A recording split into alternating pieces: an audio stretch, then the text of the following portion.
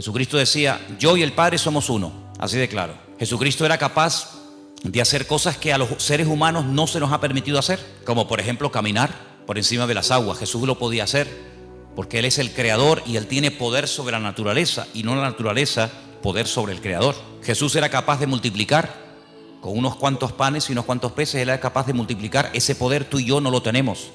Jesús era capaz de transformar elementos, no sé, convertir el agua en vino, y no convirtió el vino en agua porque no fue necesario, pero en un momento determinado Él convirtió dos elementos que no tienen nada que ver ni en olor, ni en sabor, ni en color, ni en gusto. Él lo hizo en décimas de segundo, convirtió el agua en vino, porque Él tiene poder para transformar. Es decir, lo que Él hacía, ningún profeta del Antiguo Testamento lo hizo. Juan lo define como el verbo, como la palabra encarnada, como la palabra humanada, la palabra hecha carne. Dice, en el principio era el verbo era con Dios y el verbo era Dios, ¿verdad? Él es la imagen del Dios invisible, engendrado antes de toda creación, porque por Él fueron creadas todas las cosas en el cielo y en la tierra, las cosas que son visibles y las que son invisibles, sean tronos o señoríos o poderes o autoridades. Todas las cosas fueron creadas por medio de Él y para Él. Él es anterior a todas las cosas y en Él tienen coherencia. Él es la cabeza del cuerpo, que es la iglesia. Él es el principio, el primogénito de entre los muertos, para ser supremo en todas las cosas, porque en Él Dios se complació de hacer su morada en toda su plenitud y reconciliar consigo mismo todas las cosas por medio de Él, habiendo hecho la paz por medio de la sangre de su cruz. Esto se hizo por todas las cosas, para que estén en el cielo y en la tierra. Y a vosotros que erais originalmente extraños y hostiles en vuestra mente, sumidos en malas obras, Él os ha reconciliado en su cuerpo de carne por medio de su muerte, para presentaros delante de Él consagrados, incontaminados, irreprochables, con que solamente permanezcáis cimentados y edificados en la fe, y sin desplazaros de la esperanza del evangelio que habéis oído, que se ha proclamado a toda criatura bajo los cielos, del cual yo, Pablo, he sido constituido vuestro siervo. Esta es, sin lugar a dudas, la declaración más profunda de quién era Jesucristo. Si saliéramos a las calles o incluso esta tarde preguntáramos, hermano, dígame algo acerca de Jesucristo, ninguno de nosotros, yo creo, que sería capaz de decir cosas tan profundas como la que el apóstol Pablo está diciendo aquí. Dice cosas realmente tremendas, ¿no? Y además, yo ahora les voy a repartir a ustedes, creo que no hay para todos, pero bueno, pueden compartir unos apuntes que los he sacado de un comentarista llamado Barclay, que es uno de los mejores comentaristas de la Biblia, ¿no? Sobre todo del Nuevo Testamento. Y vais a ver el por qué Pablo insiste mucho en enfatizar, en aclarar, en explicar quién era realmente Jesucristo. Encontramos, por ejemplo, expresiones como que Él en su cuerpo de carne. Y uno dice, bueno, se entiende que el cuerpo es de carne, ¿no? Pero ¿por qué Pablo dice que Cristo vino con cuerpo y dice con cuerpo de carne? Muchas veces cuando leemos la Biblia tenemos que ponerlos en el lugar y en el momento de la época para entender por qué los autores bíblicos, en este caso el apóstol Pablo, decía esas cosas y por qué era tan profundo y por qué trataba siempre de dejar bien claro, sin género de duda, quién era y quién no era el Señor Jesucristo, a qué vino y a qué no vino. Entonces voy a pedir a, no sé, por ejemplo, a una cualquiera, tú misma, hermanita, tú y tal vez Juan Carlos, ¿me podéis? Mira, tenéis que compartirlos, porque no, evidentemente no hay para todos, pero podéis a lo mejor juntaros ahí 2 o 3, o en fin, entre vosotros, porque yo quiero que tengáis esto y que lo leáis tranquilamente, que lo leáis detenidamente en vuestras casas, porque no hay nada peor que estar creyendo en un Señor al cual sinceramente no conocemos.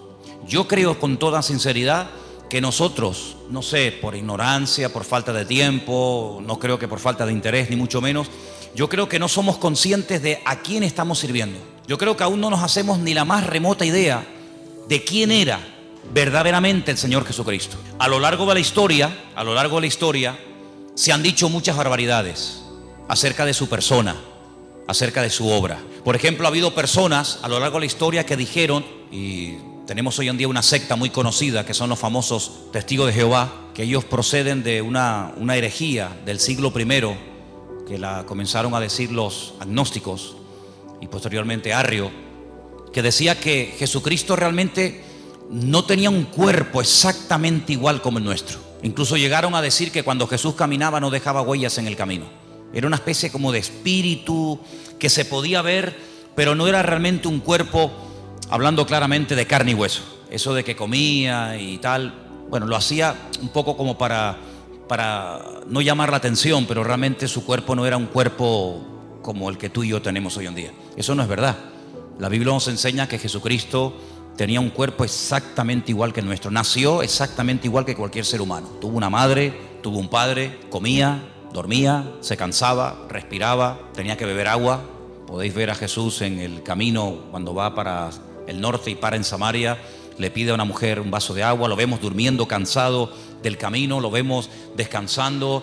En fin, un cuerpo exactamente igual. Pero en la figura, en la persona del Señor, es algo único e irrepetible. No ha habido ni habrá nadie que en el mismo tiempo estén, digamos, coexistiendo dos naturalezas, la humana y la divina. Vemos a Jesús capaz de perdonar pecados. Los fariseos se extrañaban y pensaban que blasfemaba porque decían, ¿quién puede perdonar pecados sino solo Dios? Yo creo que a estas alturas tenemos claro que el único que puede perdonar los pecados del ser humano, ¿quién es? Es Dios. Un hombre no tiene poder, según la Biblia, para perdonarle los pecados a otra persona. Jesús lo hacía. ¿Se acuerdan el ejemplo? ¿Se acuerdan el momento y el lugar? Dice la Biblia que él estaba en una casa compartiendo la palabra. De repente le bajan del techo un paralítico descolgado por unos amigos. Y cuando él lo ve, le dice, hijo, a ti te digo, tus pecados son perdonados. Después lo sanó, ¿verdad? Pero lo primero que hace es arreglarlo por dentro y después arreglarlo por fuera. ¿Sí? Su parte espiritual y su parte física. Eso solamente lo puede hacer Dios. Él lo hacía, ¿verdad? Romanos capítulo 9 dice que Jesucristo, además lo dice categóricamente, Jesucristo es Dios, así, sin género de duda. Jesucristo es Dios. Jesús decía, el que me ha visto a mí ha visto al Padre. Jesucristo decía, yo y el Padre somos uno, así de claro. Jesucristo era capaz de hacer cosas que a los seres humanos no se nos ha permitido hacer, como por ejemplo caminar por encima de las aguas. ¿O hay alguien aquí entre ustedes que tiene ese poder? Sería interesante que lo pudieras, no sé, demostrar, ¿no? No, yo puedo caminar por encima de las aguas. Jesús lo podía hacer porque Él es el creador y Él tiene poder sobre la naturaleza y no la naturaleza poder sobre el creador. Jesús era capaz de multiplicar con unos cuantos panes y unos cuantos peces. Él era capaz de multiplicar. Ese poder tú y yo no lo tenemos. Jesús era capaz de transformar elementos, no sé, convertir el agua en vino, y no convirtió el vino en agua porque no fue necesario, pero en un momento determinado Él convirtió dos elementos que no tienen nada que ver ni en olor, ni en sabor, ni en color, ni en gusto. Él lo hizo en décimas de segundo. Convirtió el agua en vino, porque Él tiene poder para transformar. Es decir, lo que Él hacía, ningún profeta del Antiguo Testamento lo hizo. Y mira que en el Antiguo Testamento hubieron profetas que hicieron cosas tremendas.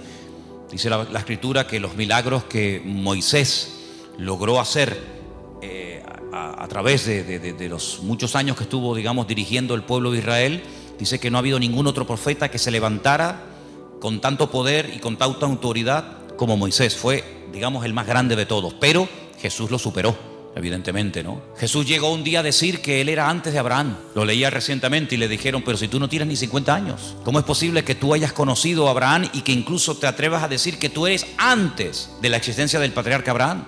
Y dice, pues yo soy antes que Abraham. Juan lo define como el verbo, como la palabra encarnada, como la palabra humanada, la palabra hecha carne. Dice, en el principio era el verbo era con Dios y el verbo era Dios, ¿verdad?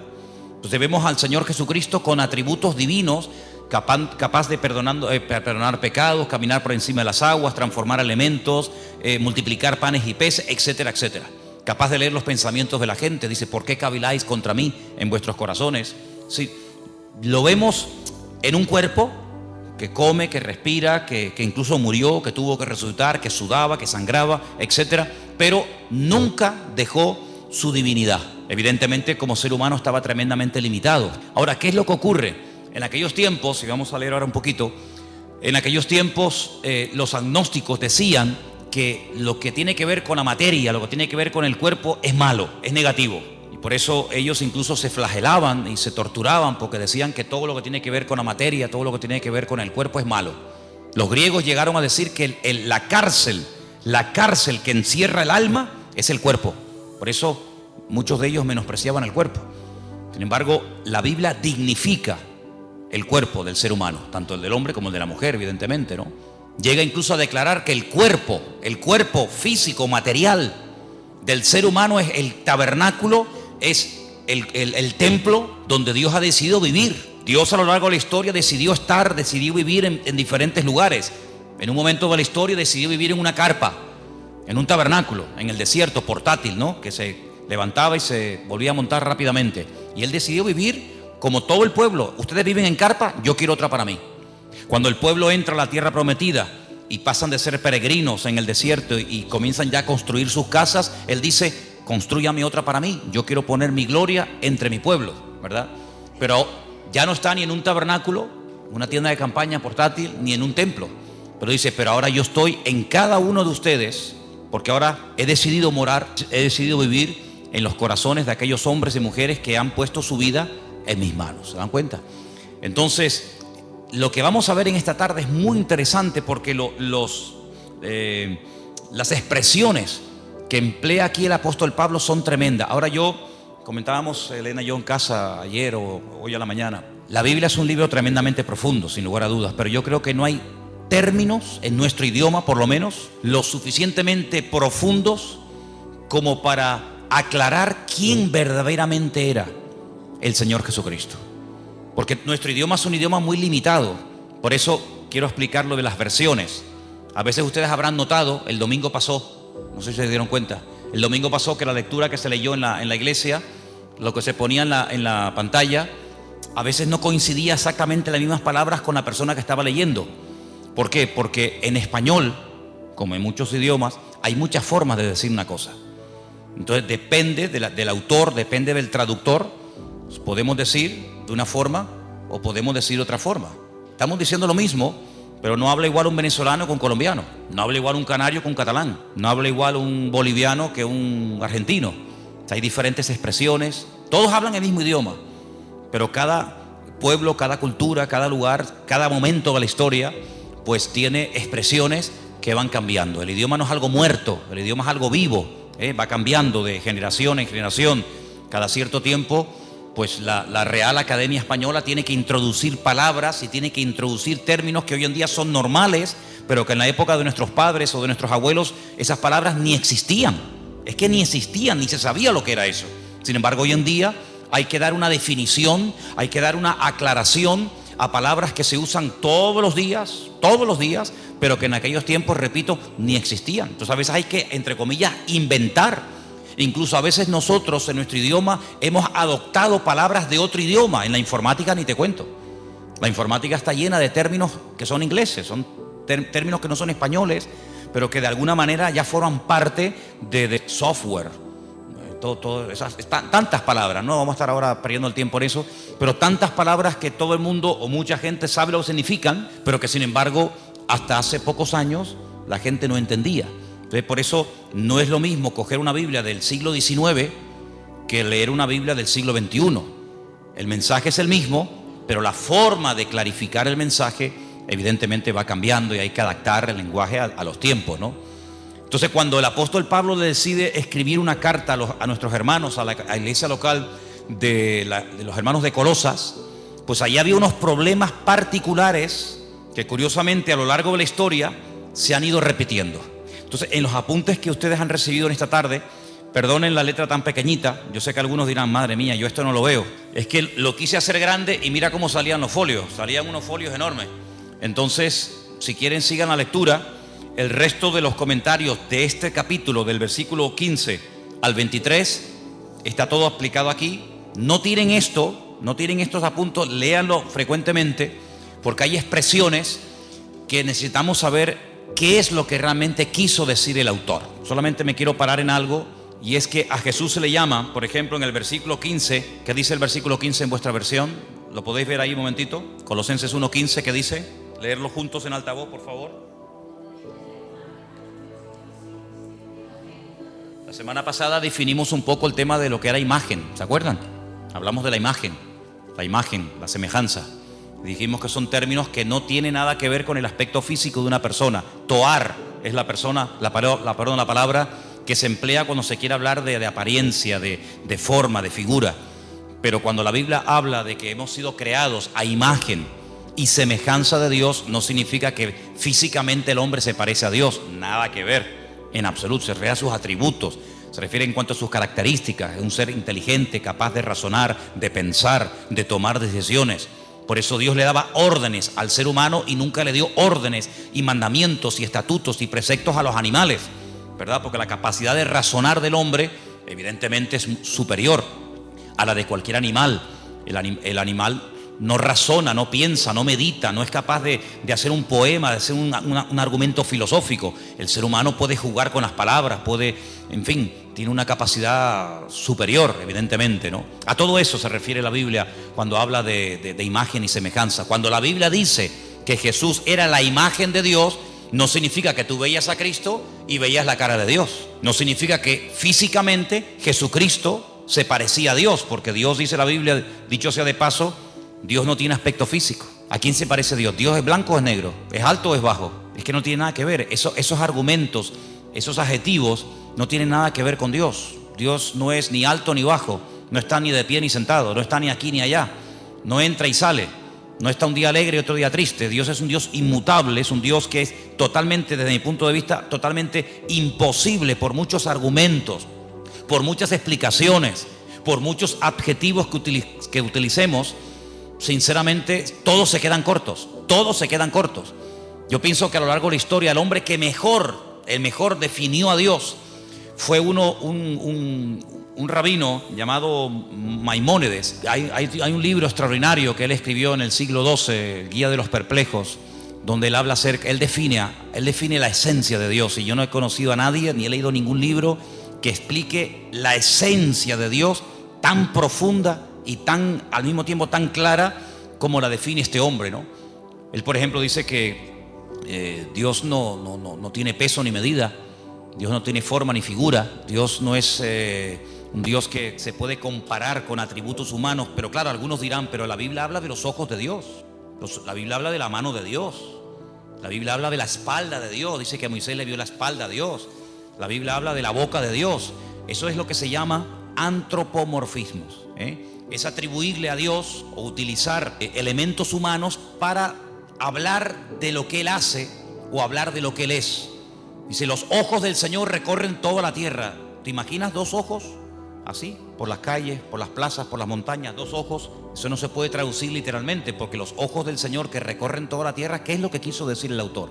Que Él lo sabe todo, que Él lo conoce todo. No es que sus ojos literalmente van por la calle así buscando, ¿verdad? Porque si fuera así, literalmente quiere decir que si los ojos de Dios están en aquella dirección, ya no están en esta. Si está mirando hacia la derecha, ya perdió la visión de la mano izquierda. Por lo tanto, no es algo literal, ¿verdad? Así que eso es lo que la Biblia, ya digo, se llama antropomorfismo. Es utilizar un lenguaje humano para definir o para explicar más o menos un concepto de tipo espiritual. Eso es al mismo tiempo lo que es una parábola. La Biblia está llena de parábolas. Ustedes pueden leer los evangelios. La parábola del sembrador, la parábola del hijo pródigo, la parábola de la oveja perdida, ¿verdad? Está llena de parábolas. ¿Y qué es una parábola? Es un ejemplo. Es un ejemplo de algo conocido, ¿verdad? Una oveja, una semilla, un chico que se pierde, etcétera, para explicar un concepto espiritual que, utilizando ese ejemplo sencillo, la gente puede entender más o menos, repito, lo que es el reino de Dios, lo que es el amor de Dios, lo que es el perdón, lo que es la misericordia, lo que es la generosidad, la hospitalidad, etcétera, etcétera, etcétera, ¿verdad? Entonces vamos a leer algunas frases de aquí, de la primera página. Ahí en la primera página donde pone los pensadores equivocados. ¿Lo veis? Disculpen que todos no tengan los apuntes, pero después, si queréis, podemos hacer fotocopias, porque es muy bueno que todos tengan estos apuntes y los leas y los repases, porque tenemos que profundizar y crecer en nuestro conocimiento de Dios. Dice así: uno de los hechos de la mentalidad humana es que uno no piensa más de lo que se ve obligado a pensar. Hasta que uno se encuentra con que otros se oponen a su fe y la atacan, no se pone a pensar en sus implicaciones. A veces nosotros no nos rompemos la cabeza con preguntas que el mundo se hace, ¿verdad? Ni pensamos en eso. Pero ¿verdad que cuando te hacen una pregunta que en ese momento no sabes qué decir, dices, ay, pues tengo que estudiar, tengo que preguntar, porque a mí nunca se me había pasado por la cabeza que alguien me hiciera esa pregunta? Claro, generalmente, salvo excepciones, la gente suele preguntar más o menos lo mismo. Pero cuando te pasa a ti, que te preguntan por primera vez, y si Dios es tan bueno, ¿por qué se mueren los niños de hambre? ¿Qué le digo? ¿Qué le digo? ¿Verdad? O si Dios es tan bueno, ¿por qué permite tal y tal otra cosa? Entonces, a veces es bueno que nos hagan preguntas que en el momento no sabemos qué decir o qué responder, para que eso nos lleve a buscar de Dios. ¿Estamos de acuerdo? ¿Me estáis mirando a mí o estáis mirando a los que entraron? Estáis mirando aquí, ¿verdad? Bien, perfecto. Hasta que la iglesia se vio confrontada con alguna herejía peligrosa, no empezó a darse cuenta de las riquezas de la ortodoxia. Es característico del cristianismo que siempre puede producir nuevas riquezas para hacer frente a una nueva situación. Es bueno que en algún momento de tu vida alguien, un amigo, un vecino, un familiar o quien sea, te haga una pregunta que tú digas, mira, sinceramente en este momento no tengo ni idea qué decirte. Y tienes que acostumbrarte a decir, en este momento no sé qué decir. Déjame que estudie, déjame que prepare, déjame que pregunte, etcétera. Pero no pienses que todo lo que te va a preguntar la gente vas a tener la respuesta inmediata. De hecho, ustedes saben que hay unas chicas en la Biblia que eran las famosas, en su día hablé de ellas, ¿no? Las hijas de Zelofaz, que vinieron un día a Moisés y le hicieron una pregunta a Moisés, el gran varón de Dios. Y Moisés dijo, tengo que orar, tengo que consultar con el Señor, porque ni Moisés en ese momento sabía qué responderle a estas chicas. ¿Qué te parece? Preguntas que a ningún hombre jamás le había hecho a Moisés. Estas chicas se atrevieron a hacerla a Moisés y lo dejaron con la boca abierta, no sabía ni qué responder. Pero bueno, vamos a seguir adelante. Cuando Pablo le escribió a los colosenses, no estaba pensando en el vacío. Se puso a escribir, como ya hemos visto en la introducción, habla de los capítulos anteriores, para salir al paso de una situación bien definida. Escuchen, había una tendencia de pensamiento en la iglesia primitiva que se llamaba el gnosticismo. Sus seguidores, los gnósticos, lo que quiere decir poco más o menos los intelectuales o los librepensadores, estaban insatisfechos con lo que consideraban la ruda sencillez del cristianismo y querían convertirlo en una filosofía que pudiera estar en línea con los otros sistemas filosóficos del tiempo. Es decir, para algunas personas nuestra fe es tan sencilla que no les cabe en la cabeza. En aquella época los filósofos, y en Atenas estaba lleno de filósofos. Cuando Pablo fue allí, madre mía, se encontró con ustedes pueden encontrarlo en el libro de los Hechos, con los atenienses, los estoicos, los epicúreos, toda aquella gente que para decir que estos blancos daban 40 vueltas y preguntaban y preguntaban y preguntaban. Pues cuando empezó el cristianismo a difundirse y a extenderse el evangelio por todo el mundo conocido, pues estos gnósticos no daban crédito a que todo fuera tan fácil y todo fuera tan sencillo. Ellos querían complicar las cosas. Por eso Pablo tiene que escribir muchas cartas para responder y debatir correctamente a esta gente, ¿no? Ahora bien, Dios es espíritu y por lo tanto absolutamente bueno, y la materia absolutamente mala, según decían ellos. De ahí que se deducía que el Dios verdadero no podía tocar la materia y por lo tanto no era el agente de la creación. Así es que los gnósticos creían que Dios había producido una serie de emanaciones, cada una más lejos de Dios que las anteriores, hasta que por fin hubo una lo suficientemente distante de Dios para poder tocar la materia y crear el mundo. Fíjense cómo se complicaba la vida a la gente. Ahora, hay no es una ciencia, porque realmente no es una ciencia, es muy difícil definir realmente lo que es, pero la Kabbalah, que es una interpretación mística de la Biblia, ellos tienen lo que se llama el árbol de la vida, que consiste en una serie de digamos como de emanaciones, una serie de puentes, una serie de estaciones entre Dios y el hombre. Ponen el ejemplo, decir, bueno, imagínense que ahí en las Caletillas hay una estación eléctrica, ¿sí o no? Todos la hemos visto.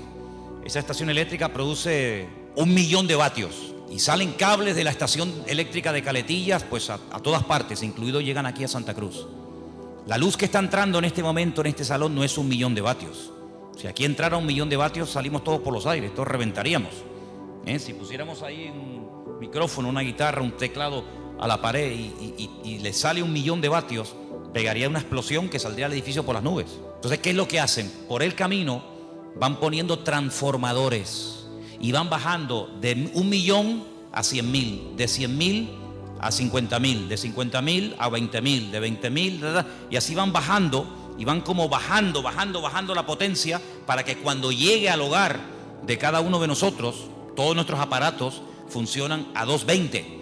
Entonces, lo que sale de la estación central no es lo que nos llega a la casa, es una mínima parte de lo que sale. Siempre tiene que salir más de lo que llega. Si sale a 220, no nos va a llegar a nosotros a 1.000.000, pero a la inversa sí. Entonces, algunos creen que Dios es tan poderoso, tan grande, tan sublime, tan magnífico, que es realmente imposible llegar a tener comunión y relación con ese Dios, porque como que nos mataría. ¿Qué es lo que hacen? Ellos van por el camino, para explicarnos, ¿no? Ellos van por el camino diciendo que bueno, Dios se manifestó en esto, y esto en esto otro, y esto en esto otro, y esto en esto otro, y Cristo, según los gnósticos, fue una de las manifestaciones o emanaciones de Dios, la más distante, y por eso Él podía tener un cuerpo, pero realmente no era un cuerpo como el que dijimos al principio. Todo esto es una auténtica barbaridad.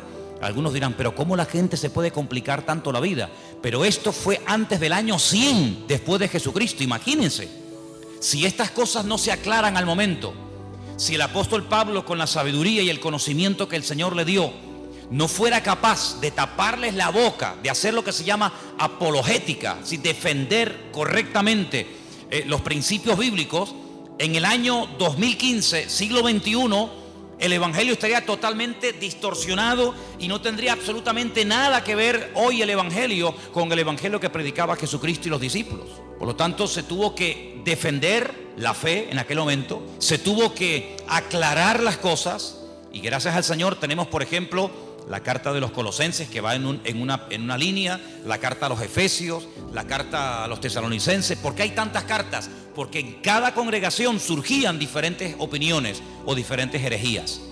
Por ejemplo, en Colosas decían que una de las formas de acercarnos a Dios es adorando a los ángeles. Ya parece que se ha ido a la moda, pero hubieron unos años, aquí en Canarias por lo menos, en los que en algunas farolas se veía pegados unos papelitos donde daban cursos para que la gente pudiera contactar con su ángel particular, y ese ángel le llevara a Dios, y de esa manera no ir directamente a Dios porque es demasiado poderoso, pero a través de un ángel como que se baja la intensidad. Se puso de moda el famoso libro o el famoso curso de milagros, ¿verdad?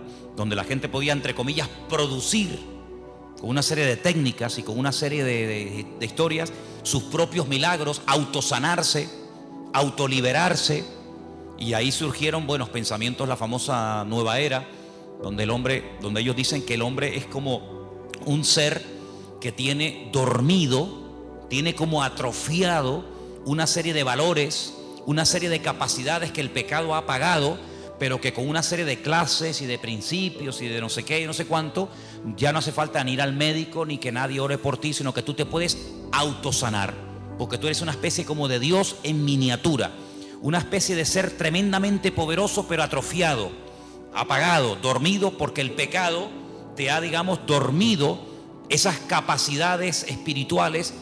Y bueno, y la gente se complica la vida de una manera con tal de no ir a Dios, con tal de no buscar al Señor, son capaces de buscarlo donde sea. Y por eso el apóstol Pablo fue un hombre muy usado, no solamente para extender el evangelio que nos ha llegado a nosotros exactamente igual, sino también para decirle a aquella gente las barbaridades que decían, y para que hoy en día tengamos respuestas ante estas barbaridades. Entonces vamos a seguir leyendo un poquito y después nos vamos a meter en el pasaje. Los gnósticos llegaban todavía más lejos. Estamos en la primera página de los apuntes que les di. Conforme las emanaciones se fueron distanciando de Dios, se volvieron cada vez más ignorantes de Él. Y en las emanaciones más distantes se daba no solamente la ignorancia de Dios, sino la hostilidad hacia Él.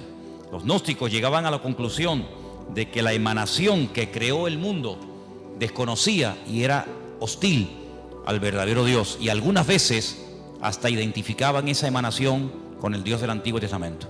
Eso tenía ciertas consecuencias. Ahora, si ustedes se dan cuenta, cuando el hombre no tiene una relación directa con Dios, cuando el hombre busca en fuentes equivocadas, es como lo que decía el profeta Jeremías: ustedes están buscando en cisternas rotas que no retienen el agua, y por eso cuando llegan a una cisterna rota la encuentran vacía. Hay una búsqueda sincera, pero el camino es un camino equivocado. No todos los caminos llevan a Dios. Eso tienes que tenerlo clarísimo en tu vida. No es que, bueno, da igual, iglesia evangélica, católica, musulmana, budista, nueva era, da igual, total, todos los caminos llevan a Dios. Es que eso no es lo que dice la Biblia. Mira, a lo largo de la historia, siempre el deseo del Creador, el deseo de nuestro Dios fue tener comunión con el hombre. Dios hizo todo lo habido y por haber, todo lo impensable, para que el hombre se acercara a Dios. El hombre como que hacía todo lo contrario para alejarse del Señor. Te voy a poner un ejemplo. Mira, en el Antiguo Testamento hay un varón de Dios, un hombre que se llamó Jacob. Conocemos también su nombre como Israel. La Biblia dice que él una noche se echó a dormir. Estaba durmiendo al aire libre. De repente él tiene un sueño donde ve una escalera que tiene la parte de abajo en la tierra y la otra punta, al otro extremo de la escalera está en el cielo. Él dice que ve ángeles que suben y que bajan. No dice que bajan y suben, sino ángeles que suben y bajan. Él entiende en ese sueño, que es muy profundo, para decirlo así en breves palabras, él entiende que el cielo se quiere acercar al hombre. Él entiende que el Creador quiere volver a tener comunión con el hombre. El hombre la cortó, el hombre se desconectó de Dios, el hombre se independizó de Dios, para que me entiendan. Porque cuando Dios creó al hombre, lo creó con la capacidad de rebelarse, de separarse de su Creador. ¿Por qué Dios lo hizo así? Solo Dios lo sabe. Pero una de las razones elementales y básicas de por qué Dios le permitió al hombre rebelarse contra su Creador es por una sencilla razón: porque Dios no quiere amor a la fuerza. Si tú no me amas, yo no te voy a obligar a que lo hagas. Si tú no me quieres servir, yo no te voy a obligar a que me sirvas. Si tú no quieres estar conmigo, yo no te voy a obligar a que estés. Yo te voy a crear con la capacidad de rebelarte, con la capacidad de distanciarte de mí. Y el hombre utilizó esa capacidad como ser perfecto que era, porque si no tenía esa capacidad, luego no es perfecto. El hombre utilizó ese libre albedrío, esa capacidad, y se desconectó de Dios. Claro, las consecuencias fueron terribles. Dios le dijo: bueno, pues si en este lugar que yo lo he creado para ti y no tienes que hacer absolutamente nada para subsistir, sino que yo te lo he dado prácticamente todo hecho. Fijaros que el hombre ni tenía, hermanos, que matar animales para poder comer. El hombre no fue creado para matar. Por eso el hombre tiene que utilizar armas. Los animales, cada uno tiene sus armas de defensas, ¿verdad? Unos tienen cuernos, otros tienen garras, otros tienen veneno. El ser humano no tiene nada, porque el ser humano no fue diseñado para matar. Por eso el hombre tiene que usar una pistola, un palo, una piedra, una escopeta, un rifle, porque el hombre no tiene la capacidad por sí misma de matar a otro ser humano, porque no tiene ningún arma poderosa. Ahora, fijaros qué interesante: cuando el hombre se desconecta de Dios, Dios lo tiene que echar de aquel lugar perfecto y de armonía que todos conocemos como el Gan Edén, el jardín del Edén. Y cuando sale de ese lugar, él se percata, él se da cuenta de todo lo que ha perdido. Ahora el hombre tiene frío, ahora el hombre tiene calor, ahora el hombre suda. Sudar significa perder humedad, con la capacidad de poder deshidratarte. La mujer comienza a sentir dolores. La mujer no fue creada para tener la menstruación todos los meses. En el momento en el que peca, comienza a experimentar el hombre pérdida de humedad y la mujer pérdida de sangre todos los meses. La tierra se le vuelve en su contra. Los animales que antes dominaba, ahora en cierto sentido tiene que cuidarse de ellos porque le pueden quitar la vida. Y así una serie de consecuencias terribles. Pero a pesar de eso, Dios no se desentendió de la raza humana. Dios no dijo: bueno, ustedes no quieren estar conmigo, ahí se quedan. Sino que el hombre sigue, permítame la expresión, detrás del hombre, buscando al hombre. Les habla a través de Noé, pasan de Noé. Les habla a través de Abraham, pasan de Abraham. Les habla a través de José, pasan de José. Les habla a través de la ley de Moisés, pasan de la ley de Moisés. Y así a lo largo de la historia, hasta que personalmente Él se humana, Él se encarna y viene, dice, y habitó entre nosotros y vimos su gloria. Bueno, ya después de tantas manifestaciones del amor de Dios y de tantas oportunidades, el hombre habrá entendido que no se puede esconder de Dios. ¿Qué es lo que hacen? Matan a su hijo, creyendo que de esa manera creyendo que de esa manera ya Dios va a cesar en esa ansia, en ese anhelo de buscar constante y permanentemente al hombre. Nada más lejos de la realidad. Lo matan y el Padre dice en Romanos capítulo 8 que a través del poder de su Espíritu Santo resucita a su Hijo al tercer día. Luego la muerte no acabó con Cristo, la muerte fue el inicio de una etapa nueva, donde ahora ya no va a estar bajo la ley de un antiguo pacto, sino la ley de un nuevo pacto. Vienen los apóstoles, vienen los discípulos, vienen los padres de la iglesia, a lo largo de la historia, siglos y siglos y siglos y siglos. Dios continuamente buscando al hombre.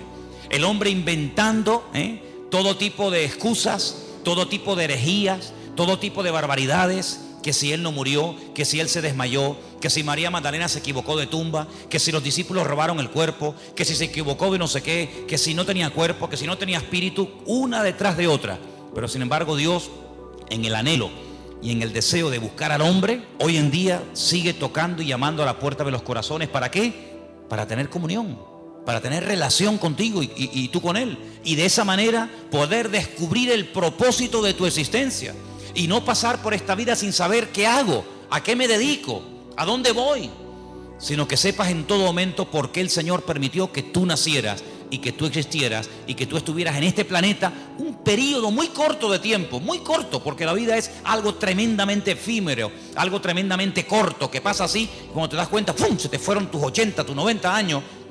Pero el objetivo no es vivir en esta tierra por la eternidad, sino prepararnos para retornar al Creador y tener este tiempo como una especie de escuela de preparación para lo que realmente es la vida verdadera, que es la vida eterna en la presencia del Señor. ¿Te das cuenta? Entonces el diablo ha intentado por todos los medios habidos y por haber cegar, que la ignorancia sea la tónica habitual del ser humano, que no lea la Biblia, que no se acerque a Dios, que se acerque a otras cosas, que tenga todo tipo de experiencias y de sensaciones, menos la búsqueda sincera y genuina de buscar a Dios. Pero vemos en la palabra de Dios que el hombre sigue y sigue y sigue y sigue rebelándose contra el Creador, pero todos aquellos que le reconocieron, les dio el derecho de tener un título que solamente llegó a tener un pueblo en la tierra, y es la de ser llamados hijos de Dios. ¿Cuántos dicen amén? Así que ya Dios no podía hacer nada más. Ahora vamos a seguir leyendo un poquito más adelante los apuntes que les he dado, porque hay una expresión que se usa, que se ha malinterpretado hasta el punto de decir, y te dicen, no, es que la Biblia lo dice, que Jesucristo, escuchen bien porque esto es muy sutil y ustedes tienen que tenerlo muy claro, que como Dios sabía que el hombre iba a pecar, porque Dios lo sabe todo de antemano antes de que ocurra, ¿sí o no? Dios es omnisciente, todo lo sabe, nada le sorprende. Ya Dios había creado en un principio, antes de la creación del universo, a Jesucristo, y lo tenía como preparado, lo tenía como reservado, para que cuando el hombre pecara, como nada podía redimir al hombre del pecado, sino solamente a través de la sangre incontaminada y limpia y pura del Señor, pues ya Él lo tenía preparado desde antes de la fundación del mundo para que muriera por nosotros. ¿No se pueden ustedes imaginar la cantidad de gente que cree eso? Que Jesucristo es el Salvador, que murió por nosotros, que resucitó en una cruz, que Él ascendió a la diestra de Dios Padre, que volverá, que reinará, todo eso, pero con algo muy sutil, y es que dicen que Jesucristo no es Dios, sino que Jesucristo es un ser creado. Eso significa, como una vez un señor vino aquí y lo tuve que expulsar de la iglesia porque eso es una auténtica herejía, que si Dios creó a un arcángel que luego se rebeló contra el Señor y que conocemos hoy en día con el nombre de Satanás, que en un principio no era Satanás sino Luzbel, ¿verdad? Ese lucero, significa que si Dios lo creó a él y creó también a Jesús, hay un parentesco, porque son hijos del mismo Padre, tanto uno como otro, y ahí no le permití que siguiera adelante, sino dijo, no, lamento mucho, si usted cree en eso, si usted cree que estos dos son hermanos, esto se acabó, hasta ahí no le permitimos, y lo tuvimos que decir que se fuera. Pero él estaba totalmente convencido que así como Adán y Eva tuvieron un hijo bueno y un hijo malo, uno llamado Caín y otro llamado Abel, Dios también tuvo un hijo bueno llamado Jesucristo y tuvo un hijo malo llamado Satanás. Fíjate tú las barbaridades a las que llega la gente, ¿no? ¿Y de dónde sacaba eso? Del versículo 15, donde dice que Él fue el primogénito de la creación, amigo. Pero fijaros qué interesante, porque un poquito más abajo, en el versículo 18, vuelve a aparecer la palabra primogénito. Versículo 18 dice: Él es la cabeza del cuerpo, que es la iglesia. Él es el principio, ¿el qué? ¿Primogénito de qué? De entre los muertos. Mira, mi pregunta es: ¿Jesucristo fue realmente la primera persona en la historia que resucitó? ¿Sí o no? ¿Sí? No sé, ustedes sabrán, yo estoy preguntándole a ustedes. ¿La primera persona que resucitó fue Lázaro? ¿Sí? No sé, ustedes sabrán. No, porque yo he leído el Antiguo Testamento y he visto que, por ejemplo, Elías resucitó a una persona en el Antiguo Testamento. Entonces hay gente que resucitó antes de Lázaro, y antes de la viuda de Naín, y antes de aquella chica a la cual el Señor le dijo: Talita cumi, a niña, a ti te digo, levántate y anda.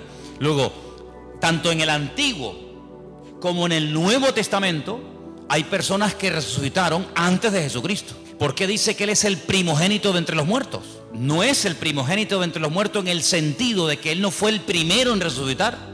Luego, si la palabra primogénito entre los muertos no significa, y esto quiero que lo dejemos bien claro, si la palabra primogénito entre los muertos no significa que Él fue el primero en resucitar, si volvemos al versículo 15, la palabra primogénito de toda la creación tampoco puede significar que Él fue el primero en ser creado. ¿Sí o no? Miren, cuando uno interpreta la Biblia, y aquí dimos en su época una clase de hermenéutica, hace mucho tiempo que se grabó, y no se pueden imaginar, hasta el día de hoy, cada día prácticamente, recibimos correos en la iglesia de gente de todo el mundo que han visto ese curso de hermenéutica que yo en mi vida me pensé que iba a ser tan seguido y de tanta utilidad para tanta y tanta gente. Se llama así, curso de hermenéutica. Lo tienen ahí ustedes en YouTube, en la Biblia, que lo grabamos aquí. Una de las reglas de la hermenéutica es una ciencia que se enseña en las escuelas bíblicas, en los seminarios, para ayudarte a interpretar correctamente los textos bíblicos.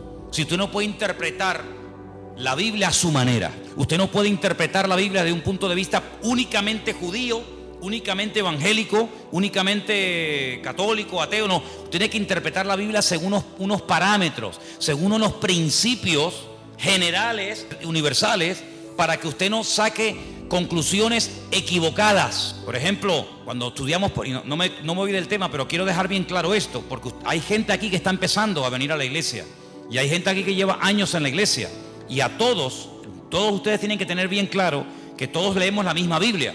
Pero lógicamente una persona que está empezando a leer la Biblia por primera vez en su vida no tiene a lo mejor el conocimiento, la base que tiene una persona que lleva toda la vida leyendo la palabra de Dios, que ha oído un montón de estudios, que ha hecho cursos, etcétera, etcétera. Tiene unas bases, ¿verdad?, para interpretar la Biblia completamente diferente. ¿Sí o no? Cuando usted empieza a leer la Biblia, pues si la empieza a leer por el Apocalipsis, usted no se va a enterar de nada.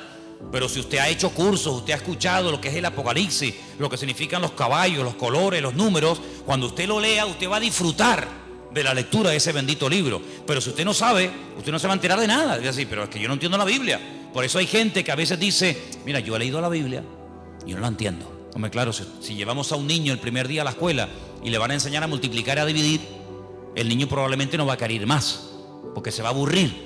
Pero el niño aprende jugando. El niño aprende disfrutando con los colores, con el trencito, con las canciones, y así va aprendiendo, ¿verdad?, de una forma sencilla y progresiva y gradual. Cuando vamos a la palabra de Dios, nos encontramos que hay expresiones que no se pueden interpretar literalmente. Una de ellas es la que estamos viendo. Jesucristo es, porque Él está diciendo: Jesucristo es esto, Jesucristo es esto, Jesucristo es esto y esto. Y una de las cosas que Pablo dice que es Jesucristo es el primogénito de entre los muertos. Pero ya les acabo de mostrar que Él no fue la primera persona en la vida, en la historia, que resucitó. Por lo tanto, no puede significar el primogénito de entre los muertos, no puede traducirse como: Él fue el primero que resucitó. No. Jesucristo no fue el primero en resucitar. Mira, Lázaro, no resucitó Jesucristo a Lázaro. Si Cristo resucitó a Lázaro, ya Cristo no fue el primero en resucitar, sería en todo caso Lázaro. Bien, por la misma regla de tres, si usted empieza a interpretar unos textos y usted se encuentra la misma expresión pero versículos antes, como por ejemplo en el versículo 15, dice: primogénito de la creación. Bueno, pues primogénito de la creación significa que Él fue el primer ser creado. No lo puede traducir así. Vamos a leer según este comentario, según los apuntes que ustedes tienen ahí, qué puede significar esta expresión, y después la vamos a clarificar. Estamos casi al final de la página 2, página 766. donde pone lo que Jesucristo es en sí mismo. ¿Lo veis? Aquí abajo. En este pasaje, Pablo dice dos cosas importantes acerca de Jesús. Ambas en respuesta a aquella gente de los gnósticos de aquella época. Los gnósticos habían dicho que Jesús no era más que uno entre muchos intermediarios y que por muy glorioso que fuera, era solo una revelación parcial de Dios. Pablo dice que Jesucristo es la imagen del Dios invisible. Colosenses 1:15. Usa aquí una palabra y una figura que despertaría toda clase de memorias en las mentes de los primeros lectores. La palabra eikon en griego e imagen en su traducción correcta. Ahora bien, como señala este autor, una imagen puede ser dos cosas que se confunden entre sí. Puede ser una representación, pero una representación, si es lo bastante perfecta, puede ser también una manifestación. Cuando Pablo usa estas palabras, establece que Jesús es la perfecta manifestación de Dios. Para comprender cómo es Dios, tenemos que mirar a Jesús. Yo le digo a la gente, ¿usted quiere conocer a Dios? ¿Quiere saber cómo piensa, cómo siente, cómo es Dios? Tienes que conocer a Jesús. A Dios llegamos a través de Cristo.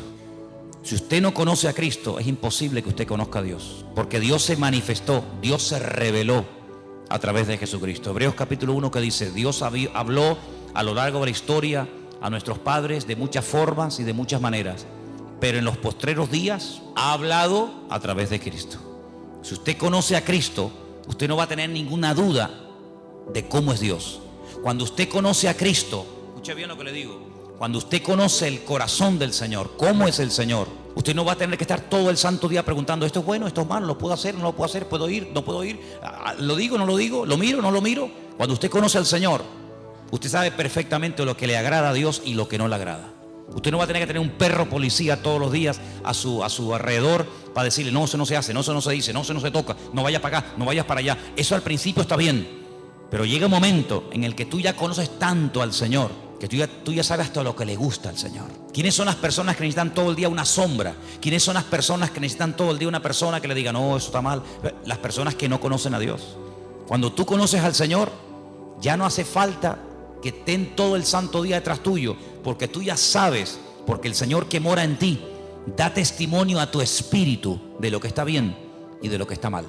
Los que están empezando y los que llevamos ya tiempo en las cosas del Señor, podemos decir por experiencia que hay momentos, desde que hemos comenzado a conocer o a interesarnos en conocer al Señor, hay momentos en los que sin nadie decirnos nada, cosas que habíamos hecho durante toda la vida, ahora resulta que las vas a hacer y tú dices, no sé, me siento raro, ya no me gusta. Cosas que antes te volvían loco, ahora dices, ya no tienen para mí ningún atractivo. ¿No te ha pasado eso? Dime la verdad, amigo, porque el espíritu que tienes dentro de ti tira hacia las cosas del Señor. Y hay como como una alarma que te dice, eso no está bien. Nadie lo sabe, nadie te ha visto, pero el Señor que mora en ti ya comienza a hablarte. Si tú esa voz la cultivas, no la apagas, no la ignoras, sino si tú esa voz, esa sensación, por decirlo así, tú le prestas atención cada día, tú vas a ser más sensible a lo que tienes que ser y nada sensible a lo que no tienes que ser sensible. ¿Cuál es el problema del ser humano en reglas generales? Que a veces somos tremendamente sensibles en cosas que nos tenían que dar lo mismo, y a lo que deberíamos de ser verdaderamente sensibles, no lo somos. Yo creo que uno de los peores pecados que podemos cometer los creyentes, los que ya hemos conocido al Señor, es perder la sensibilidad espiritual. Porque cuando uno pierde la sensibilidad espiritual, un término que aparece en la Biblia es que llegamos a cauterizar la conciencia. Si ya pecas y no te sientes mal, y eso es terrible, eso es terrible. El temor de Dios, el respeto a Dios, dice la Biblia que es el principio de la sabiduría. Cuando tú comienzas a darte cuenta de que ese pecado, que para ti no era pecado, para ti era normal, porque lo has hecho toda la vida, pero ahora dice, oye, ¿y yo por qué ahora cuando voy a fumarme un porro, o cuando voy a ver una película pornográfica, o cuando voy a mentir, o cuando voy a robar, o cuando voy a no sé qué o a no sé cuánto, ¿por qué yo ahora me siento mal y antes no me sentía mal? Porque estás cambiando, por eso, porque estás cambiando. ¿Y quién es el que te está cambiando? El que vive dentro de ti. Por eso dice, no entristezcas, no apagues al Espíritu Santo que mora en ti. Porque yo te digo por experiencia que se puede apagar la voz del Señor. ¿Qué dice la Escritura? Si hoy el Señor te habla, no cierres tu corazón, porque a lo mejor ya mañana te vuelve a hablar y ya no te enteras. La sensibilidad es algo que no podemos perder. Esa es una de las señales de que una persona se ha apartado del Señor, de que no está bien con Dios, que ha perdido la sensibilidad espiritual. Sigo leyendo. El Antiguo Testamento, versículo donde pone la A, y la literatura intertestamentaria, y lo que está entre el Antiguo y el Nuevo Testamento, tienen mucho que decir acerca de lo que es la sabiduría. Bueno, vamos a leer un poquito más adelante, porque yo lo que quería que ustedes vieran acerca de lo que significa verdaderamente aquí. Perdón, vamos a la página 767. Vamos a esa página, por favor. Lo que Jesucristo es para la creación. Él es el primogénito de toda creación. Debemos procurar darle el verdadero sentido a esta frase. Como aparece en la Reina Valera, podría querer decir que el Hijo fue la primera persona que fue creada. No. Usted sabe lo que a mí me atormentaba cuando yo comencé a venir a la iglesia. La pregunta que a mí me volvía loco. Ya gracias al Señor eso ya ha pasado a la historia, pero yo era una cosa que era algo como una obsesión, era lo que me volvía loco. ¿De dónde salió Dios? ¿Quién lo creó? Yo daba para atrás, marcha atrás, ¿no? Iba para atrás, Jacob, Abraham, Noé, Adán. Iba para atrás. Decía, ¿de dónde salió Dios? ¿Quién lo creó? Claro, más loco me volvía si yo decía, bueno, lo creó fulano de tal. Otra vez volvemos al lío. Y a fulano de tal, ¿quién lo creó? Era algo increíble. ¿Quién te puede explicar? Yo no soy capaz de hacerlo. ¿Quién te puede explicar que a Dios no lo ha creado nadie? Que Dios siempre ha existido y siempre existirá. ¿Quién te puede explicar eso? Yo no. ¿Sabes cómo se acepta eso? Por fe. Señor, yo no sé todas las respuestas, pero yo solamente sé una cosa: que tú existes y tú eres mi Dios. ¿Quién le puede a usted explicar el concepto que los cristianos llaman Trinidad? Padre, Hijo y Espíritu Santo. ¿Quién le puede a usted explicar eso? Que si el huevo, que si el agua, que si la metes en la nevera se hace un cubito de hielo, que si la pones al fuego se evapora, y si la bebes es líquida. Sí, son tres elementos. ¿Quién le puede a usted realmente explicar todo eso? Por eso Dios nos ha dado un regalo maravilloso. Yo sé que hay gente que este regalo no lo tienen, y por eso yo le agradezco a Dios que a muchos de los que estamos aquí Dios nos ha dado ese regalo. ¿Saben cuál es? La fe. Hay gente que tiene fe en el curandero y creen con todo su corazón que ese es sinvergüenza, que te pide dinero, que se inventa respuesta, que se inventa que tu marido tal, que tu hijo no sé qué, que siempre dicen lo mismo. Hay gente que tiene una fe ciega en eso y hasta pagan dinero. Nosotros no tenemos necesidad de ir por esos derroteros ni por esos caminos, porque estamos totalmente convencidos de que Dios es un Dios que existe y es un Dios verdadero. Yo sé que Jesucristo siempre ha existido. Claro, en nuestra mente humana todo tiene un principio, todo, absolutamente todo. Y aparentemente todo tiene un final, pero en Dios, en Jesucristo, en su Espíritu no hay ni principio ni fin. Siempre han existido. Es más, Pablo dice que todo lo que existe fue creado por Él, para Él y por medio de Él. ¿Cuántos dicen amén? Claro, el mundo se puede reír, el mundo puede cuestionarse, pero bueno, hermano, que digan lo que quieran. Yo sé en quién he creído, y yo sé que el Señor no fue creado, sino que el título primogénito de la creación, como vamos a ver ahora, esto es lo que significa. Ahí lo tenemos, al final de la página. El primogénito de toda creación. Perdón, estamos aquí. Debemos procurar darle el verdadero sentido. Como aparece en la Reina Valera, podría creer o querer decir que el Hijo fue la primera persona que fue creada, pero en el pensamiento hebreo y griego, la palabra primogénito, que está ahí entre paréntesis, no tiene más que un sentido temporal muy indirecto.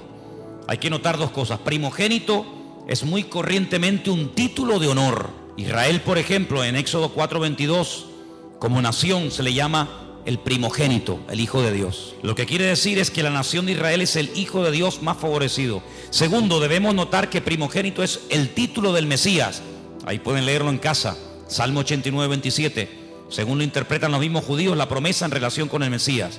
Es decir, la palabra primogénito es un título. La palabra primogénito en la figura de Cristo no significa que Él fue lo primero que Dios el Padre creó, lo primero que Dios el Padre hizo, sino es un título de honor, de reconocimiento, como diciendo que antes de Él no ha habido nada y después de Él no habrá absolutamente nada.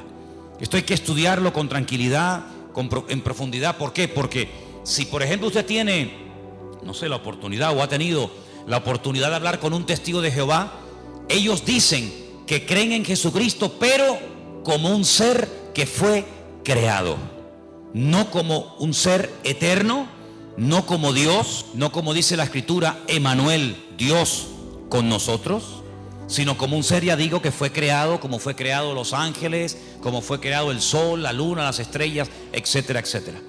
Si saliéramos a la calle y le preguntáramos a la gente, dígame algo acerca de Jesucristo, muy poca gente tiene claro que Jesucristo, como ser humano, tuvo un principio, ¿sí o no? Él nació, él estuvo 9 meses en el vientre de su madre, María, claro, porque él decidió nacer. Él decidió venir a este mundo. ¿Y cómo nace un ser humano? Pues a través de una mujer.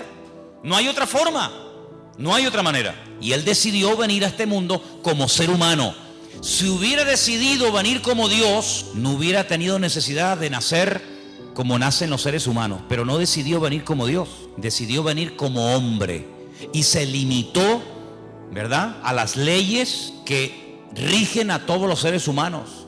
Jesucristo tuvo que aprender a caminar como niño, tuvo que aprender a leer y a escribir, ¿sí? Tuvo que someterse a sus padres, dice la Biblia que él se sometió a sus padres y les obedecía. Y como ser humano vivió una vida totalmente normal. Fíjense qué normal era el Señor, que en el jardín de Getsemaní, cuando uno de sus discípulos decide traicionarlo, decide venderlo, si hubiera sido un ser tremendamente llamativo, con una aureola, con una luz especial, no hubiera sido necesario que Judas, a los que venían a prenderle, les dio una señal. ¿Cuál fue la señal? ¿Cuál fue la clave que indicó a los que venían a prender al Señor que ese era el Señor? ¿Cuál fue? El beso, el famoso beso de Judas, ¿no? Podía haber dicho, mira, el más alto, el más guapetón, aquel que tiene una luz blanca que le sigue a todas partes, aquel que está siempre rodeado de ángeles, aquel que levita y no toca con los pies el suelo, sino que va así, como volando, ¿no? No, era tan normal, que hasta Judas tuvo que decir, tengo que darle un beso porque pasa desapercibido delante de todas las personas. Porque el atractivo realmente del Señor no era el aspecto físico, sino era la esencia de lo que Él era y de lo que Él verdaderamente había venido a hacer a este mundo. Y nosotros tenemos que profundizar en nuestro conocimiento del Señor. Por eso animo a los que están empezando que lean los evangelios. Tenemos 4, ¿cómo se llaman? Mateo, Marcos, Lucas y Juan. Ahí ustedes van a encontrar cómo hablaba, cómo reaccionaba cuando lo criticaban, cómo pensaba, cómo se movía en medio de sus enemigos, cómo trataba a los niños, a las mujeres, cómo trataba a sus discípulos, cómo era intolerante frente al pecado, pero tremendamente misericordioso y compasivo ante gente que había caído, pero que les daba la oportunidad de rehacer su vida. Y ahí en los evangelios encuentras a Cristo como ser humano, pero también como un Dios perfecto, humanado, limitado entre nosotros, pero que nos amó tanto que se dejó matar. Ahora, el concepto tal vez más profundo de lo que Él es, el concepto más maravilloso de todos los que rodean a Dios, podemos decir que Dios es santo, ¿sí? Podemos decir que Dios es justo, podemos decir que Dios es bueno, en fin, podemos decir un montón de cosas, ¿sí o no? Pero el concepto del amor de Dios, ¿tú lo entiendes? Es impresionante, ¿no? Porque generalmente los seres humanos tenemos la tendencia, me imagino que ustedes también, de seleccionar, ¿no? Cuando dice, bueno, hay ¿cuántos? 100. Como que dentro de esos 100 hay un pequeño grupo más cercano a ti y los otros sí están ahí, pero ¿qué te parece? Sin embargo, el Señor no tiene favoritos. Eso ya es una cosa que nos llama la atención. Dios no tiene favoritos. Dios no dice, este sí, este no, este me gusta y este no me gusta. Es un Dios que ama al pecador, ¿sí o no? Ama al pecador, pero no ama, aborrece el pecado que cometen los pecadores. ¿Sí? Son dos cosas distintas. Él ama a todo el mundo por igual. Y son cosas que no nos caben en la cabeza. Porque ahora, por ejemplo, se está hablando mucho de este chico que huyó al extranjero, que mató a 2 jóvenes en la península, ¿no? Imagínate que ese chico viene a España, lo condenan y tiene que cumplir 15, 20, 30 años, en fin, lo que le toque. Imagínate que mañana va a esa cárcel un pastor, un hermano, una hermana, le habla del Señor, el chico reconoce la barbaridad que ha hecho, se arrepiente, pide perdón al Señor. Mi pregunta es, ¿Dios perdonaría a esta persona? ¿Sí o no? Delante de los hombres es un asesino.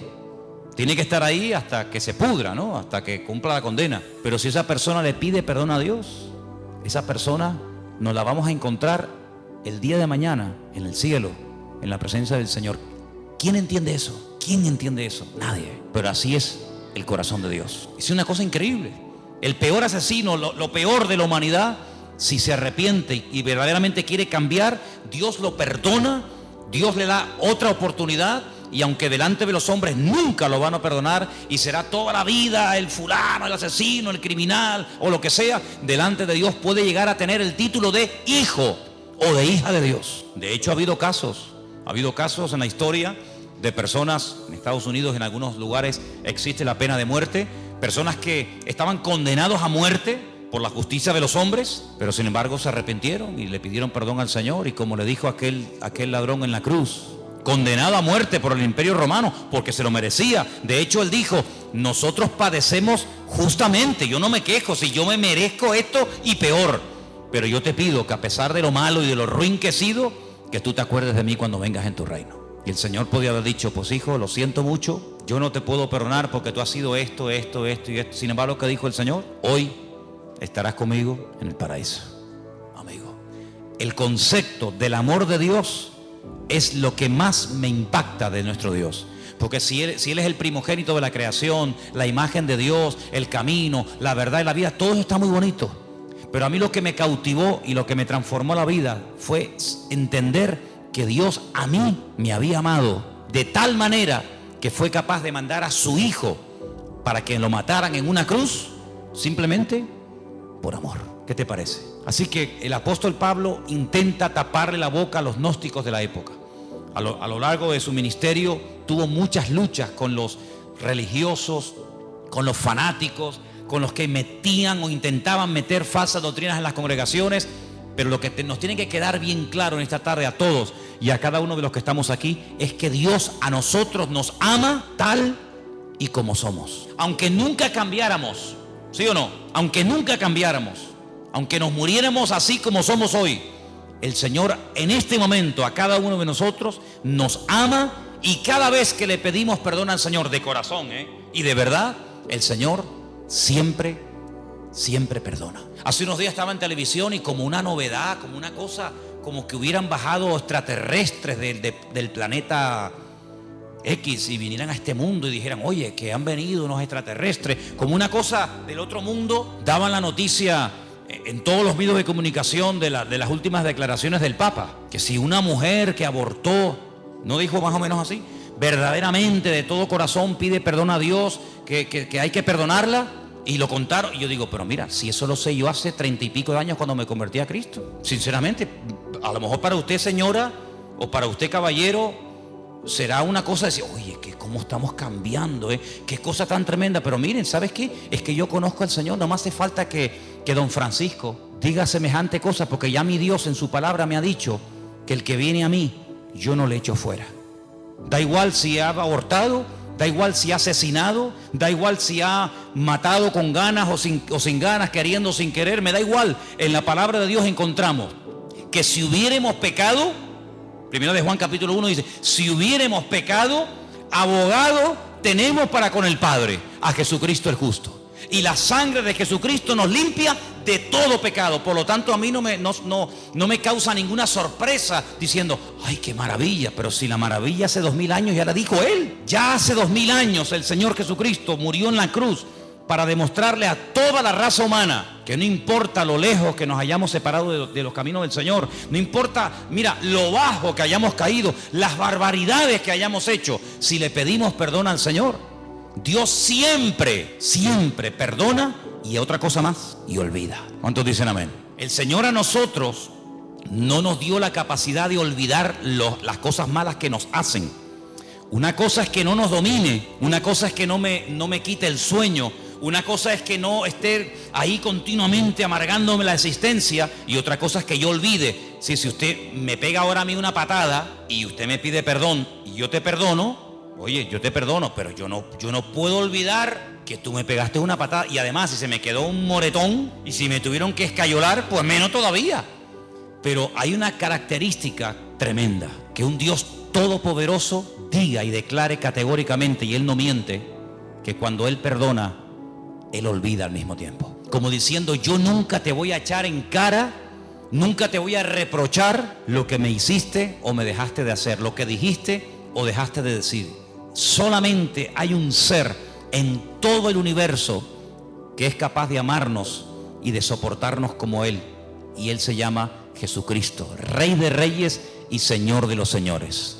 Así que conociendo al Señor, te vas a terminar enamorando de Dios. Y quiero terminar diciendo algo. Léanse todos estos apuntes porque son muchos y hay que leerlos con detenimiento y estudiarlos. Pero déjeme que le diga solamente una cosa, y lo he dicho en varias ocasiones. Que el Señor, que nosotros nos hayamos enamorado del Señor, ¿no es lógico? ¿Sí o no? Imagínate que llega una persona esta noche a tu casa, tú no lo conoces de nada, y te dice, ¿me podrías poner en un papel todo lo que tú debes? Sí, póngame todo lo que usted debe. Pues mira, debo el coche, debo 5 letras del coche, ¿no? Algunos, ¿no? Debo la hipoteca de la casa, me quedan no sé cuántos años por pagar la hipoteca. ¿Qué más? Pues hombre, no sé, debo...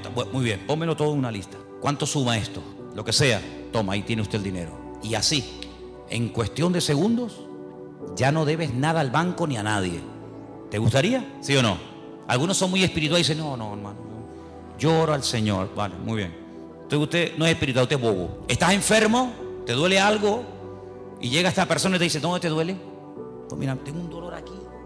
Te pone la mano encima, ora por ti y nunca más te vuelve a doler eso. Oye, ¿tú no le tomarías aprecio a esa persona? Lógico. Cuando tienes un problema no lo buscarías a él o a ella porque te ha ayudado tanto que, oye, mira, ¿me podrías venir un momentito que te quiero hablar contigo? Me pasa esto, me pasa lo otro. ¿Quién no se puede encariñar? ¿Quién no puede apreciar, respetar? No digo enamorarse, pero respetar a una persona así, cualquiera. Bueno, pues en cierto sentido, eso es lo que el Señor hace continuamente con nosotros. Nos sana, nos fortalece, nos levanta cuando caemos, nos anima, a veces permite, fíjate lo bueno que es y lo sabio que es, que cuando ve que nos estamos un poquito medio apagando, medio quedando atontados, permite ahí una pequeña prueba, una pequeña cosita, ¿no? Y, ay, tal, ay, Señor, ayúdame. Y el Señor dice, sí, dime. Fíjate lo bueno que es, que puede decir, bueno, ya no quieres orar, pues nada, no ores. Pero Él dice, le voy a poner una piedrita en el zapato para que le haga una llaguita. Ay, Señor, mira que me salió una llaguita. Sí, dime qué quieres que haga. Señor, que me sana. Ahí está, pum, la sanidad. ¿Quién no se enamora de un Dios así? ¿Sí o no? A todos nos ha pasado. Pero lo que yo quiero preguntarles ahora, ¿qué vio Él en nosotros para enamorarse de nosotros? Porque ¿cómo no me voy a enamorar de un Dios que tiene estas y más características, cualquiera? Pero ¿qué vio el Señor en ti y en mí? Cuando a veces una persona que te ama te dice, qué ruinito que eres, ¿No te han dicho nunca eso?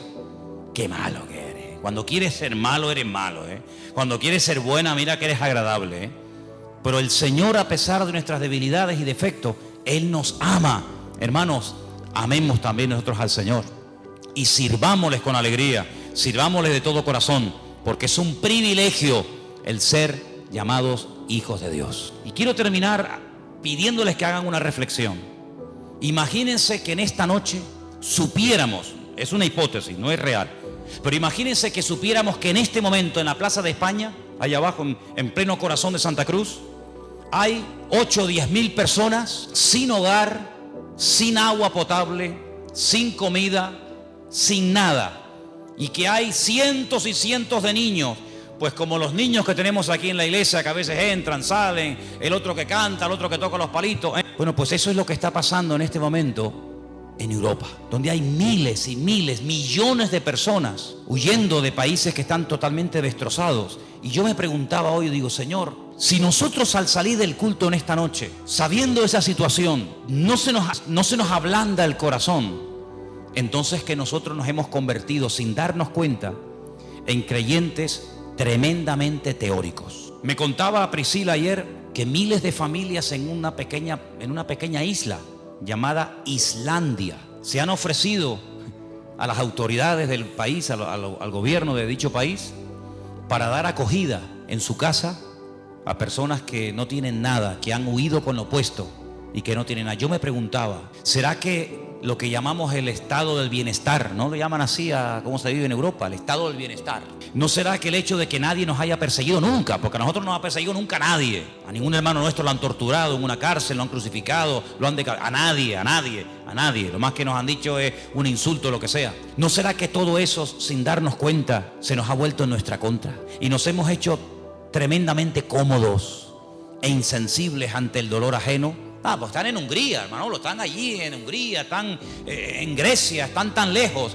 Pero yo pregunto, ¿seríamos capaces? Y me pregunto yo también estoy metido en el ajo. ¿Seríamos capaces nosotros de decir, pero por qué tienen que estar ahí un montón de familias pasando frío y hambre cuando nosotros somos la sal de la tierra y la luz del mundo? ¿La luz para qué es? Dice el Señor, no es para ponerla debajo de la mesa, es para ponerla encima y que todos sean alumbrados con la luz del Evangelio, con la luz de los cristianos. ¿Seríamos capaces nosotros de decir, vénganse a vivir a nuestra casa? Tengo 3 habitaciones, nada más duermo en una, ¿para qué quiero 2 habitaciones vacías?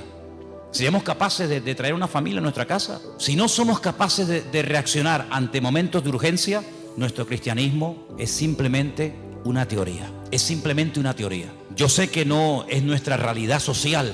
No tenemos ahí a miles y a miles de personas acampadas, pasando frío, pasando hambre, sin saber a dónde van. Pero ¿y si fuera? ¿Y si esa fuera nuestra realidad? ¿Seríamos capaces de dar la bienvenida, la acogida, para que se quedaran un montón de gente durmiendo aquí en la iglesia o en nuestra iglesia del Puerto de la Cruz? ¿Seríamos capaces? ¿Seríamos capaces de llevarnos a un matrimonio, con hijos o sin hijos, a vivir a nuestra casa y demostrarles el amor cristiano, pero no con palabras y con canciones, sino con hechos?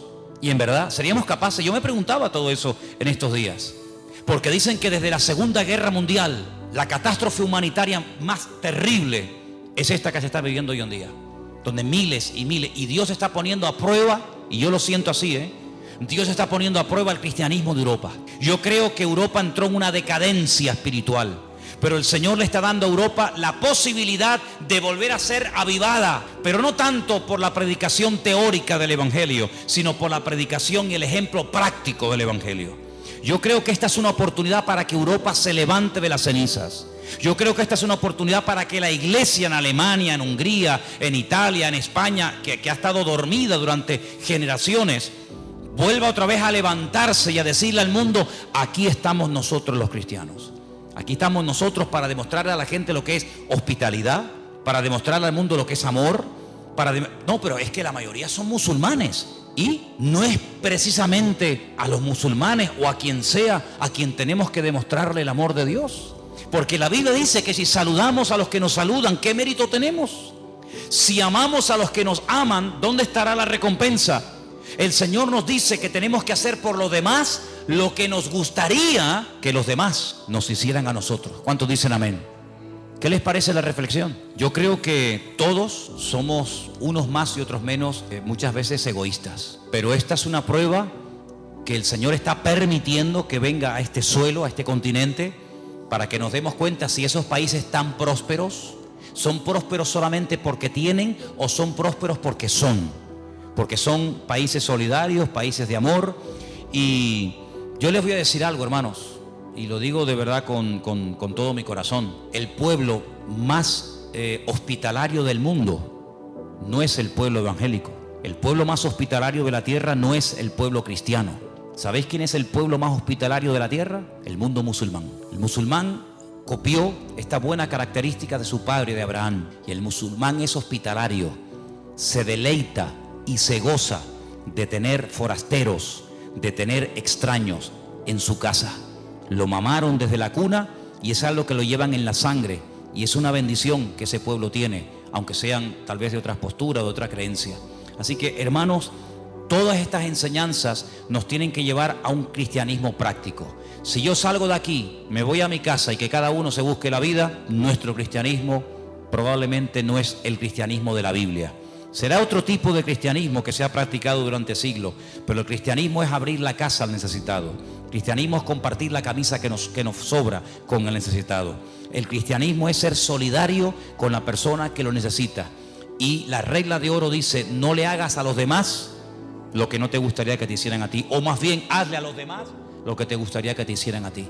Yo creo que la prueba también nos llegará a nosotros, ¿sabes? Creo que en algún momento nos tocará a nosotros pasar por el tamiz, pasar por la balanza de Dios, y ahí se demostrará, en estos últimos tiempos se demostrará quién es y quién no es.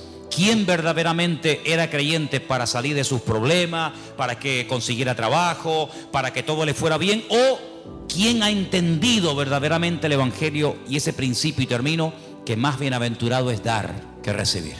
¿Cuántos dicen amén? Cierra tus ojos ahí donde estás. Y todas estas preguntas, hermanos, no las tenemos que hacer. Todas estas preguntas. El tiempo en el que estamos viviendo no es un tiempo fácil, es un tiempo de prueba, es un tiempo donde Dios está viendo cómo va a reaccionar su pueblo. Y es la iglesia, no las naciones, no los gobiernos, la iglesia, la que tiene que tomar autoridad y la que tiene que levantarse ahora en pie de guerra y decirle al mundo: aquí estamos los cristianos, con los brazos abiertos, dispuestos a bendecir al mundo, dispuestos a ayudar al que verdaderamente está buscando ayuda desesperadamente. Y hay miles, millones y millones de personas totalmente desesperadas que huyen con lo opuesto. Y qué bueno sería que se encontraran con miles de creyentes que les demostraran que el amor de Dios no es teoría, es práctica.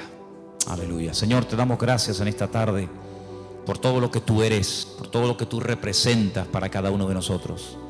Te pedimos, Señor, que tú nos ayudes a manifestar tu amor de una forma práctica, de una forma visible y real. Señor, hemos creído y creído en cosas durante años, pero ha llegado la hora y el momento de demostrar verdaderamente nuestro interés, nuestro amor, nuestro apoyo al mundo necesitado y a tu obra.